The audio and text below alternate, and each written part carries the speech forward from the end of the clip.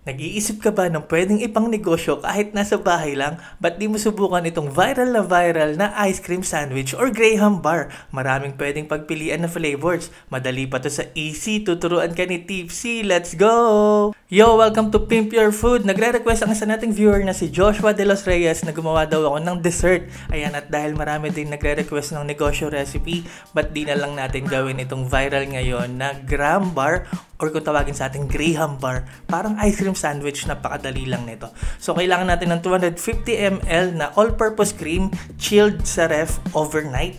Ayan, tapos lagyan natin ng 1 cup ng condensed milk. Ang ginamit ko dito, ube flavor. Kasi ang gagawin natin ngayon ay ube queso flavor ng ating Graham bar. Tapos, i-ano lang natin yan gamit ang electric hand mixer. Kung wala kayong electric hand mixer, pwede naman kayong gumamit ng manual, ng mano-mano, medyo matagal nga lang. So, yun, mimix lang natin yan hanggang sa mapansin nyo mag-double size nung ating cream mixture. Madoble na yung volume niya. Tapos ito sa 6x12 na container, ayan, gagamit ako dito ng ating graham crackers. Sinawsaw ko lang yan sa milk.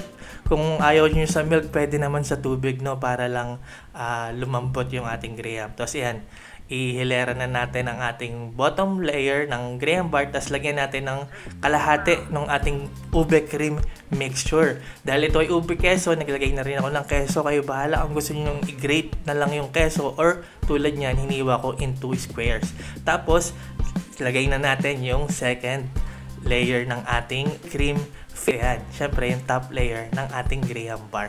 Mapapansin nyo yung corner ng graham, no, ginupit ko lang para mag-fit doon sa ating container. Ayan, kasya dyan ang 6 na graham bar. So, takpan lang natin yan, tapos lagay natin sa freezer overnight, no?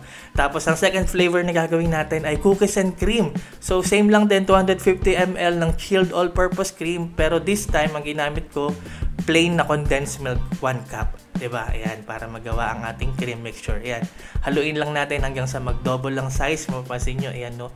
Diba? Kung mapal na siya.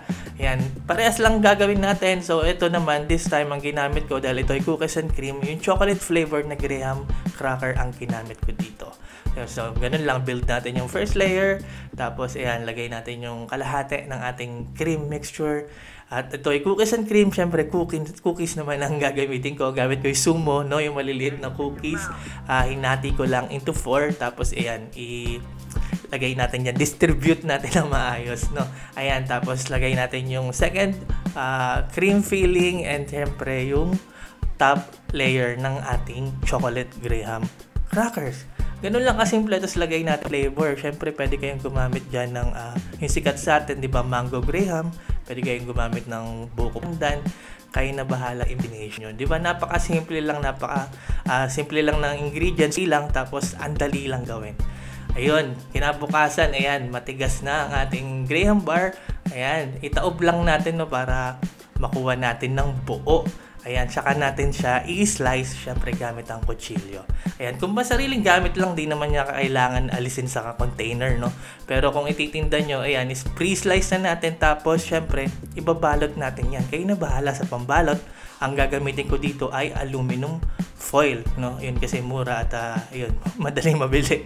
Ayan, tapos syempre kung ayaw nyo ng aluminum foil, pwede kayong gumamit ng clear plastic, yung mga pambalot sa mga cakes, o pwede rin naman yung papel, no? May nabibili rin na ganon.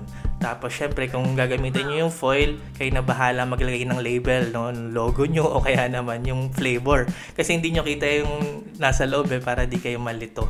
Diba? Pagkuha nyo sa freezer, alam nyo na kung anong flavor kahit di nyo kita yung loob. Lagyan nyo lang ng sticker label. Ito naman ang ating cookies and cream. Naku, ang sarap nito. Ayan, ibabalot lang din natin. Tapos, ipi-freeze, slice. O, diba? Ulitin ko yung container na ginamit ko dito. Ang sukat nun ay 6 inches by 12 inches. Saktong-sakto ang 6 na graham bars. Diba? Kung meron kayong mabibiling 12 by 12, yun, 12 peraso naman ang magagawa nyo doon. Uulitin ko, kayo na bahala sa gusto nyo. At ang ating ube queso, naku po, ang sarap niya. Nakita nyo naman, ang dami nating nagawa. 12 piraso at nako. So nasubukan nyo to kahit na pang sariling consume lang or pang benta. Siguradong patok yan. Maraming salamat sa nag-request. Kung may request kayo, lagay nyo lang din dyan sa comment section. Para sa marami pang recipes, huwag nyo kalimutan mag-subscribe sa aking YouTube channel, Tipsy Goes Random. Follow nyo ako sa Facebook, Pimp Your Food. At syempre, follow nyo ako sa TikTok at Kev_Andrade. Maraming salamat sa palagi niyong panonood, pagtangkilik, pagsuporta, pagsubaybay. Ako po si Tipsy D. God bless sa inyong lahat. Peace!